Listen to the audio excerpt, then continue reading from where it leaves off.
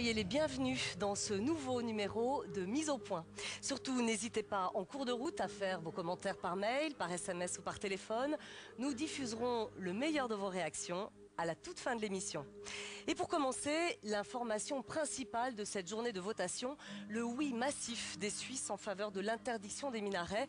Un vote surprise, choc, qui a fait déjà le tour de la planète et qui pose beaucoup de questions. Pour en parler, nous retrouvons maintenant à Londres l'intellectuel suisse d'origine égyptienne, Tariq Ramadan, qui est toujours au cœur du débat quand on parle de l'islam en Suisse et plus généralement en Europe. Bonsoir Tariq Ramadan. Bonsoir. Merci d'être avec nous ce soir. Merci de votre invitation. C'est une journée assez particulière. Hier encore, sur votre site, vous écriviez que vous étiez très confiant. Pour vous, la Suisse, c'était le pays de la multiculturalité, de la diversité plurielle. Vous le pensez encore ce soir ? Écoutez, j'étais confiant parce qu'effectivement, tous les sondages nous disaient que ça ne passerait pas, qu'on était à 30%, 34%. J'ai fait plusieurs débats en Suisse en participant avec des intellectuels, avec des gens de terrain. Et je disais déjà que 34%, c'était déjà trop. 57%, c'est effectivement un choc. Ça prouve qu'effectivement, beaucoup de Suisses n'ont pas exprimé directement leur vraie volonté, ou en tout cas n'ont pas dit ce qu'ils allaient voter. C'est aussi un vrai signal pour la Suisse en tant que pays que quelque chose est en train de se passer quant à la peur, quant à la méfiance vis-à-vis de l'islam, parce qu'au-delà des minarets, effectivement, l'UDC a fait campagne en disant que l'islam était incompatible avec les valeurs de la Suisse, incompatible avec la culture. C'est donc un vrai travail de fond.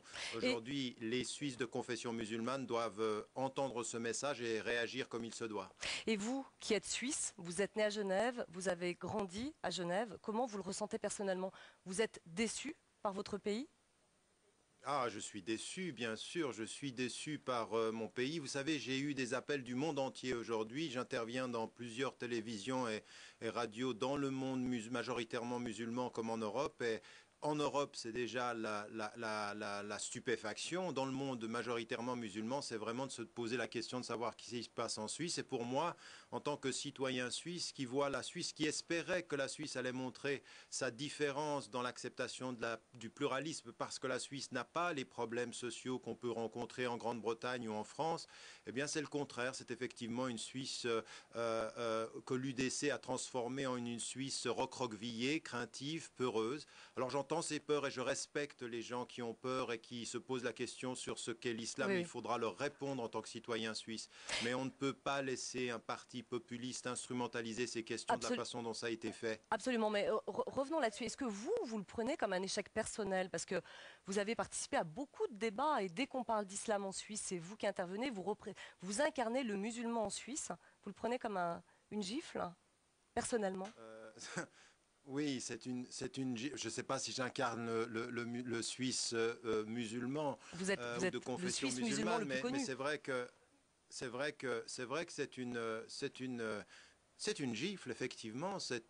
Pour moi, c'est vraiment de s'opposer. Parce que je ne m'arrête pas au minaret. Ce que je regarde, vous savez, il n'y a que 4 minarets en Suisse. C'est le symbole qu'on touche, mais c'est la vraie coexistence, la volonté de créer un nouveau nous. Absolument. Vous savez, même parti... Oui, c'était justement votre objectif depuis toutes ces années, c'était ce que vous disiez, vous souhaitiez créer un pont entre l'islam et l'Occident, entre l'islam et l'Europe, entre les musulmans et les non-musulmans. Visiblement, ça n'a pas marché, ça veut dire quoi? Ça veut dire que vous faites peur, l'islam fait peur, et vous, quand vous portez ce message, ça ne marche pas? C'est exactement ce que vous dites. Et donc les peurs, encore une fois, il faut que nous ayons il faut faire le contraire de ce à quoi on pourrait s'attendre. C'est-à-dire il ne faut surtout pas devenir invisible, il faut être présent, il faut parler, il faut mettre en évidence ce que nos valeurs ont de commun. C'est le fait que, en tant que Suisse de confession musulmane, je n'ai aucun problème avec les valeurs suisses. J'y ai vécu pendant 44 ans de ma vie. J'y ai construit mon enfance, mon âge adulte et même la paternité qui était la mienne. Et donc, de ce point de vue-là, c'est un échec, oui. Et vous avez l'impression de faire peur? Qui me dit... Vous-même, vous dites, je fais peur. Vous dites vous-même, je fais peur. Bien sûr, mais parce que, vous savez, je suis au paysage intellectuel ce que le minaret est à la rue, c'est-à-dire un musulman visible, et ça peut faire peur. Et donc, j'entends qu'il faut continuer l'explication, continuer à être présent, et qu'il faut demander à tous les partis suisses, tous les partis politiques suisses doivent entendre ce message-là, à force d'avoir peur de confronter l'UDC sur des vraies politiques sociales, sur des vraies politiques de fond, eh bien c'est eux qui gagnent avec la peur et nous qui perdons sans politique réelle. Monsieur Ramadan, est-ce que vous pensez que la même question posée en Grande-Bretagne, où vous êtes actuellement, ou en France, aurait eu peut-être la même réponse en fait? Sans doute, mais vous savez, chaque pays aujourd'hui en Europe a son sujet ou a son symbole problématique. En France, c'est la question des foulards. En Grande-Bretagne, c'est la question de la violence. Aux Pays-Bas, c'est la question de l'homosexualité. En Allemagne, c'est la question des mosquées. Chaque pays a son sujet controversé autour duquel vous allez voir tourner les partis les plus populistes, les partis qui veulent jouer sur la peur, qui veulent la polarisation, qui présentent l'islam comme un problème. Et vous avez aujourd'hui à travers toute l'Europe des groupes qui sont contre l'islamisation de l'Europe et qui entretiennent cette peur. Alors justement, il faut de ce point de vue-là qu'on comprenne que c'est un enjeu pour tous les citoyens européens. Exactement. Le problème, en fait, c'est que finalement, on a mal différencié l'islam radical de l'islam modéré, c'est-à-dire, c'est ça? Et là, il y a un échec dans l'explication. Il y a ce côté binaire.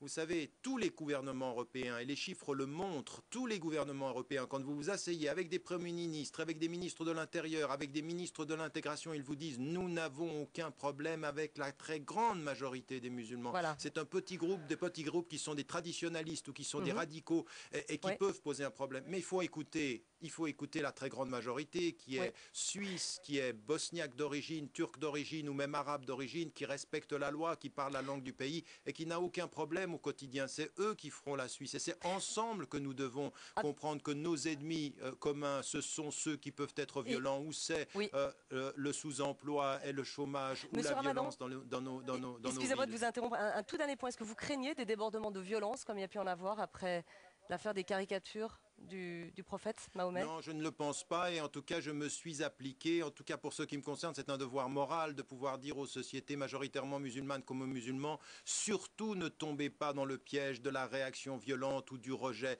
parce que c'est exactement ce qu'aimeraient ceux qui peignent l'islam comme un problème en disant ben voilà, ça confirme bien ce que nous pensions. Très bien, il faut une réponse raisonnable et je pense que ce sera celle-là que nous entendrons de la majorité des musulmans à travers le monde. Très bien, on a bien entendu votre message, je vous remercie beaucoup.